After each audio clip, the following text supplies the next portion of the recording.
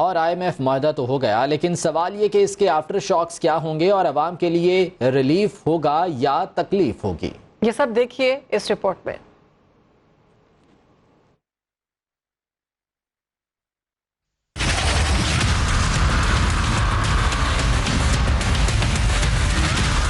I am F معاہدہ کھیر یا مٹھائی نہیں، مہنگائی کے کئی بم چلیں گے۔ ذرائع وزارت خزانہ کے مطابق آئی ایم ایف کے ایگزیکٹو بورڈ اجلاس سے پہلے ہی بجلی، گیس اور پیٹرولیم مصنوعات کی قیمتیں بڑھانی ہوں گی۔ اوگرا نے 1 جولائی سے سوئی سدرن اور سوئی نادرن کے لیے نرخ میں اضافے کی منظوری دے رکھی ہے۔ قیمت میں اوسطاً 50 اور سوئی سدرن کے لیے اوسطاً 45% اضافہ ہوگا۔ عالمی مالیاتی ادارے کی نئی شرائط کے تحت حکومت کو 40 دن کے اندر سفارش پر عمل درآمد کرنا ہوگا۔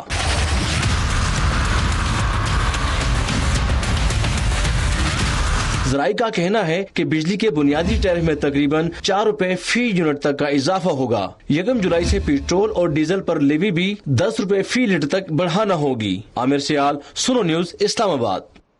اسی پر بات کرنے کے لیے ہمیں جوائن کیا ہے ماہر معیشت زبیر موتی والا صاحب نے۔ بہت شکریہ سر آپ کے وقت کا۔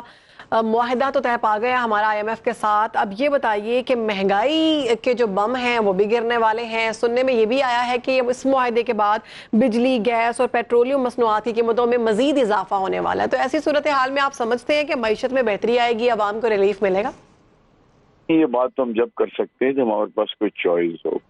ہمارے جو فورن کرنسی ریزروز ہیں وہ 3 بلین سے نیچے چلے گئے۔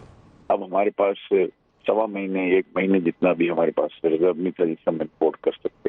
ایکسپورٹ تو ایکسپورٹ، امپورٹ جو ہم کرتے ہیں مال، اس کے لیے جن ملکوں سے کرتے تھے وہ ایک گارنٹی ڈیمانڈ کرنے لگے تھے۔ وہ گارنٹی کی قیمت 6 سے 8% پائی جاتی ہے۔ اب اس طرح کے حالات میں اگر آپ کو یہ ہوا ہے، میں تو اس کو یہ کہوں گا it's a blessing in disguise ہے۔ ہم سمجھتے ہیں کہ اللہ کا ہم کو شکر ادا کرنا چاہیے، ورنہ آپ یہ سوچیں، ایک تصور میں لے کے آئیں کہ ابھی انٹرم گورنمنٹ ہے جس کے پاس اختیارات نہیں ہوتے، جن کے پاس مینڈیٹ نہیں ہوتا، جن کے پاس اسمبلی نہیں ہوتی، تو یہ تمام معاملات میں جب کہ ہمارے پاس جو پرابلمس ہیں وہ نہیں ہوتے، ہمارے ریزرو ختم ہو جاتے، تو کیا ہم انٹرم گورنمنٹ سے ڈیفالٹ کرواتے پاکستان کو؟ میری اپنی ذاتی رائے۔ اب آپ کی باتیں بالکل ٹھیک ہیں کہ 4 روپے بجلی کے اوپر بڑھانا پڑے گا، 40 دن کی ساری شرائط پوری کرنی پڑیں گی اور بہت ساری چیزیں، لیکن اس کا ایک پازیٹو پارٹ بھی ہے۔ پازیٹو پارٹ یہ ہے کہ جب آپ کے پاس اسٹیبلٹی آئے گی تو ملٹی لیٹرل جو آپ کے ڈونرز ہیں وہ آئیں گے، آپ کی فرینڈلی کنٹریز ہیں اس سے پیسے آئیں گے، تو 6-8 بلین وہ آ جائیں گے تو آپ کی گاڑی چل پڑے گی۔ اور اگر ہم اس کے بعد ہم اپنے پالیسیز کے اندر جو ہے نا استحکام لے کے آئیں، اس طرح کی پالیسیز بنائیں جس سے جو ٹریڈ گیپ ہے ہمارا آج جو $15 بلین کی ہماری ہر سال جو ہے نا ہم پرابلم میں آتے ہیں، اس 15 بلین کو ہم ہوم ریمیٹنس سے اور ایکسپورٹ سے کیسے اس کو پورا کر سکتے ہیں؟ اگر ہم 9 مہینوں میں اگر ان ساری باتوں کو ہم کریں، ابھی پالیسی کے اندر اسٹرکچرل چینج لے کے آئیں، تو میرا خیال ہے کہ بہت بڑی یہی کام ہمیں کرنا چاہیے۔ لیکن اس وقت میں یہی کہوں گا خوشائن ہے، وزیر اعظم وزیر خزانہ مبارکباد کے مستحق ہیں، انہوں نے بڑی انتھک محنت کر کے اس کو کیا، لیکن ساتھ ہی ظاہر ہے کہ ہم دوسری طرف جو میں دیکھتا ہوں کہ اسٹاک ایکسچینج بہتر ہوگی، روپے کی قیمت میں اضافہ ہوگا، اور آپ کی جو ٹوٹل جو ایکسپورٹس ہیں اس کے اندر مثبت اثر اس طرح سے آ سکتا ہے کہ فسکل اسپیس ہونے کی وجہ سے ہم ان کی جو کیش فلوز خراب ہوئے ہیں، جو ہم نے آپ کا ان کا ڈی ایل ٹی ایل روکا ہوا ہے، اوور آل اکانومی کے لیے جو ہے یہ بہتر ثابت ہوگا۔ زبیر صاحب ساتھ ہی موجود رہیے گا، عارف حبیب صاحب بھی ہمارے ساتھ موجود ہیں، معروف بزنس مین ہیں۔ عارف صاحب بہت شکریہ آپ کے وقت کا۔ یہ فرمائیے گا کہ آئی ایم ایف اور پاکستان میں اسٹینڈ بائی ایگریمنٹ جو طے پایا ہے کتنا امپورٹنٹ ہے یہ موجودہ وقت میں، اور خصوصاً پاکستان کی اکانومی کی ہم بات کریں تو اس کو مستحکم کرنے میں کس حد تک جو ہے یہ کردار ادا کرے گا؟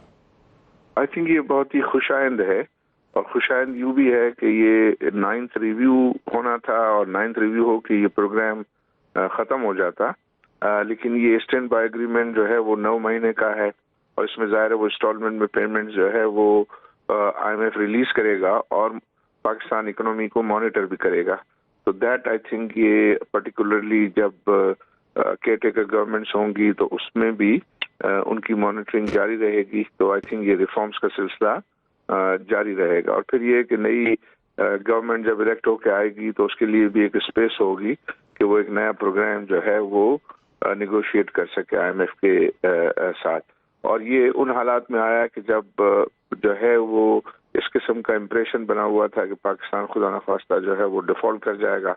حالانکہ گورنمنٹ کہہ رہی تھی کہ وداؤٹ IMF پروگرام جو ہے جو ہے وہ پاکستان ڈیفالٹ نہیں کرے گا، لیکن مارکیٹ جو ہے اس کو بائی نہیں کر رہی تھی. لیکن اب یہ IMF پروگرام ہو جانے کے بعد مارکیٹ میں جو ہے وہ اعتماد آئے گا، اور جیسے میرے بھائی کہہ رہے تھے کہ اسٹاک ایکسچینج بھی بڑھے گا اور روپے کی قیمت میں بھی جو ہے وہ بہتری آئے گی. پھر جو ہے بائی لیٹرل اور ملٹی لیٹرل جو ہے وہ کریڈٹ کے دروازے کھلیں گے، کمرشل مارکیٹ جو ہیں وہ کھلیں گی، اور پھر اس کے بعد جو ہے یہ نان ریزیڈنٹ پاکستانیز کا اعتماد جو ہے وہ بڑھے گا. پھر وہ لوگ پاکستانی کے جو انہوں نے اپنے پیسے باہر لے گئے تھے، ڈالر میں پارک کیے ہوئے ہیں، وہ اس میں سے بھی آئی تھنک وہ پیسے واپس آنا شروع ہوں گے، یا کم از کم مزید جو ہے وہ جانا بند ہو جائیں گے. تو یہ جو پازیٹیوٹی ہے وہ اوور آل ایک اچھا پازیٹیو سینٹیمنٹ جو ہے کو ڈیولپ کرنے میں مددگار ثابت ہوگا. اور پھر یہ ہے کہ ہم آہستہ آہستہ بزنس ایز یوزول کی طرف جو ہے وہ جانا شروع ہو جائیں گے.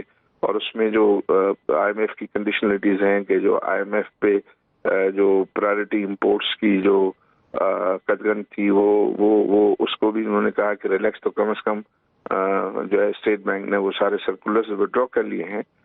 بٹ آئی بلیو کہ پریکٹیکلی مجھے لگ رہا ہے کہ اس کو مینج وہ ہوتا رہے گا. تو اس چیز کو بھی انشور کرنا ہوگا کہ یہ بہت زیادہ جو ہے وہ کرنٹ اکاؤنٹ ڈیفیسٹ نہ ہونے پائے، بلکہ ایکسپورٹ بڑھنے سے، ریمیٹنسز بڑھنے سے، اور یہ جو پیسے باہر چلے گئے تھے وہ واپس آنے سے ہمارا جو ہے وہ بیلنس آف پیمنٹ امپروو کرے.